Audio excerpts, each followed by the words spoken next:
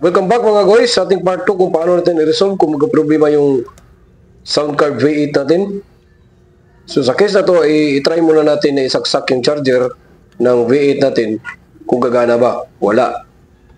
So ang gagawin natin dito ay babaklasin natin yung battery. Baklasin natin ulit yung battery. Hugutin natin yung wire na connector dyan para makuha natin yung battery.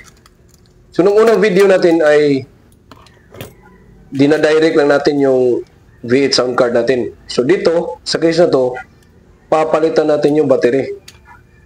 So kunin natin yung old battery niya, tapos kuha tayo ng bagong battery.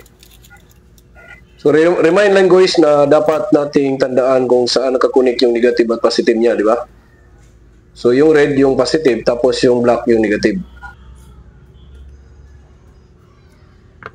Yan yung old na battery, ito naman yung bago, yung blue. So, simple lang.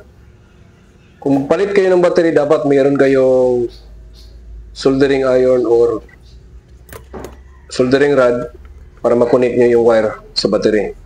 Pero kung wala naman, pwede nyo ipakonect doon sa cellphone shop. So, ibalik natin yung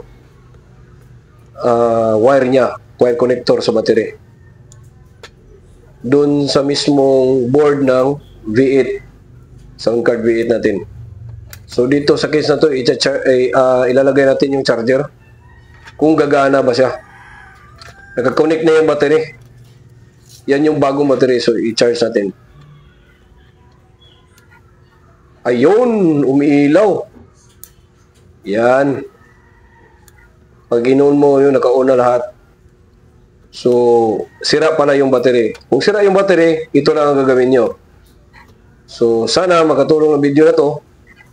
At kung meron kayong V8 na ganito, palitan nyo lang battery.